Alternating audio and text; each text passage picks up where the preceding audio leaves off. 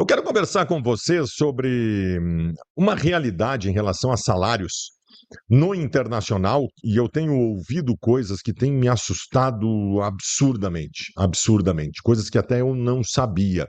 Eu sei que essa é uma realidade do futebol brasileiro, o quanto inflacionou, o quanto nós estamos no Brasil pagando salários fora da realidade da América Latina, por exemplo, né, tanto que o futebol argentino, uruguaio, ficaram muito para trás do futebol brasileiro isso também é verdade, por esse poderio financeiro do futebol brasileiro em poder pagar maiores salários e assim ter maiores jogadores. Mas mesmo assim, alguns absurdos incríveis estão acontecendo.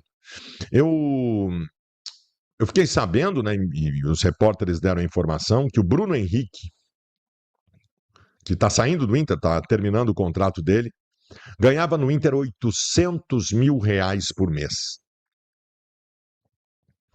Velho. Há 2 anos se arrastando no Internacional. Aí tu vai dizer, mas a direção não tinha como saber que ele ia se arrastar. Cara, o Bruno Henrique até tinha algum currículo, né, de passagens por Palmeiras, Corinthians, com razoável efetividade. Agora, não era um jogador que tinha tamanho para vir para o Internacional ganhando R$ 800 mil por mês. Isso me assusta muito. O Romero ganhava 400, R$ 500 mil por mês.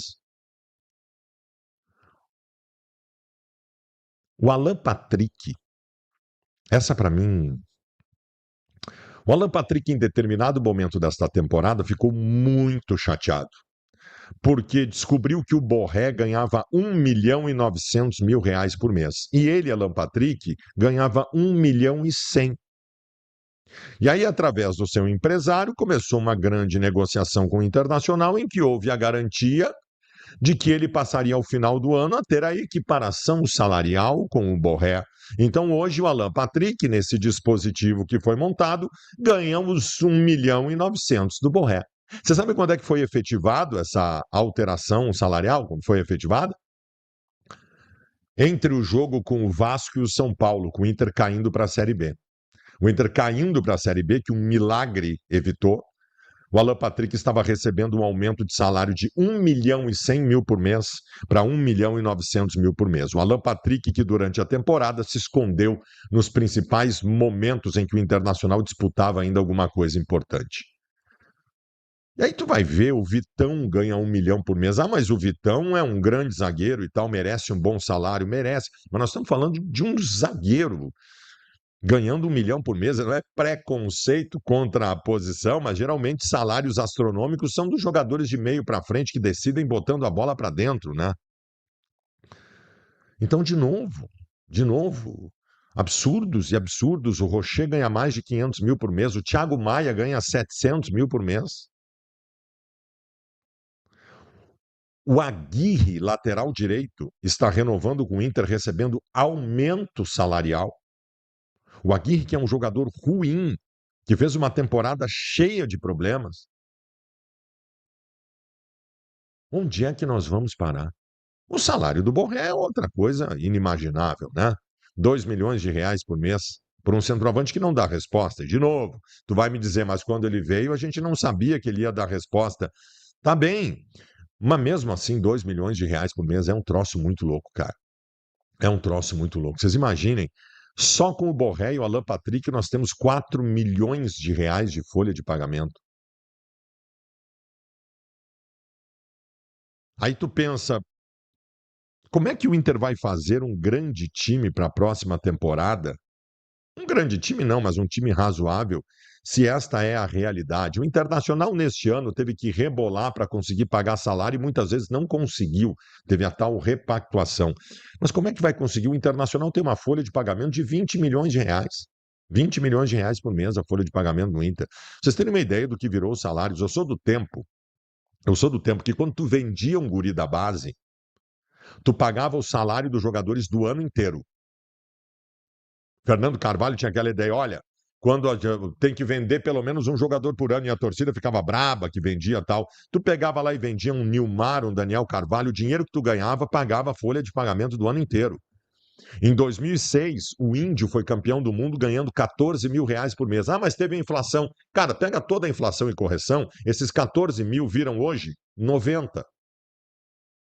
Não viram 1 milhão por mês. Tá bom, viram 200. Tá bem, mas não viram 1 milhão por mês. O Fernandão foi campeão do mundo ganhando R$ 70.000. Pega nos números de hoje, 400 mil. Fernandão, maior jogador da história do Inter. Vendia um guri, tu pagava a folha de pagamento do ano inteiro. O Inter tá vendendo o Luiz Otávio agora.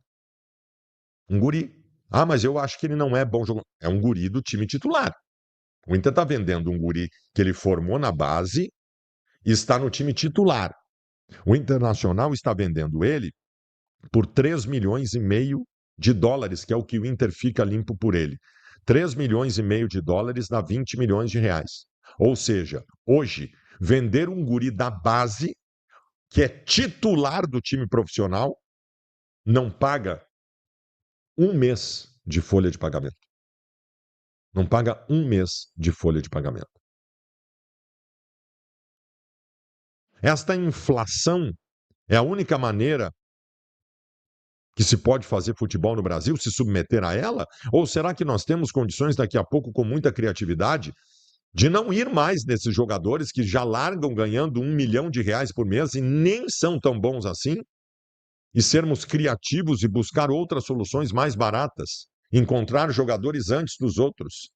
O Internacional não vai conseguir pagar R$ 20 milhões de folha salarial no ano que vem.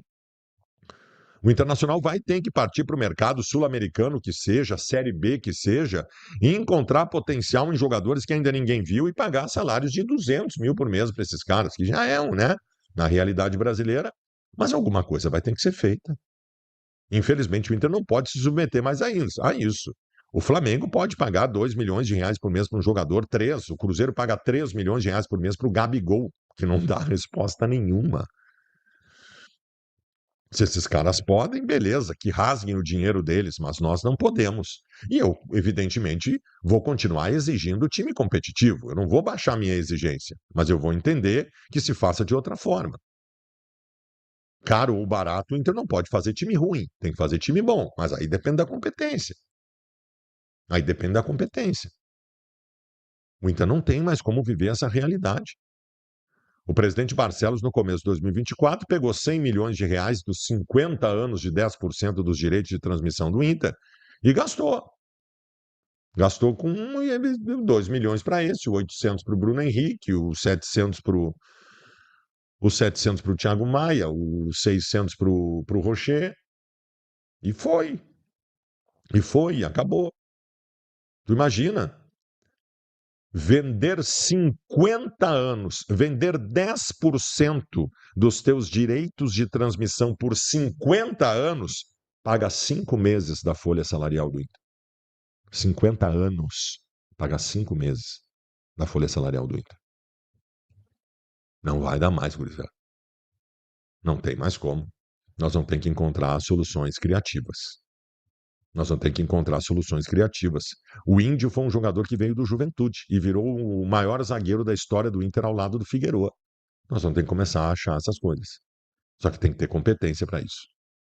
Tem que ter competência para isso. É realmente assustador o que acontece com o Internacional em relação a salários, e o Inter não vive uma realidade para fazer isso, para ter essa condição, para ter essa realidade.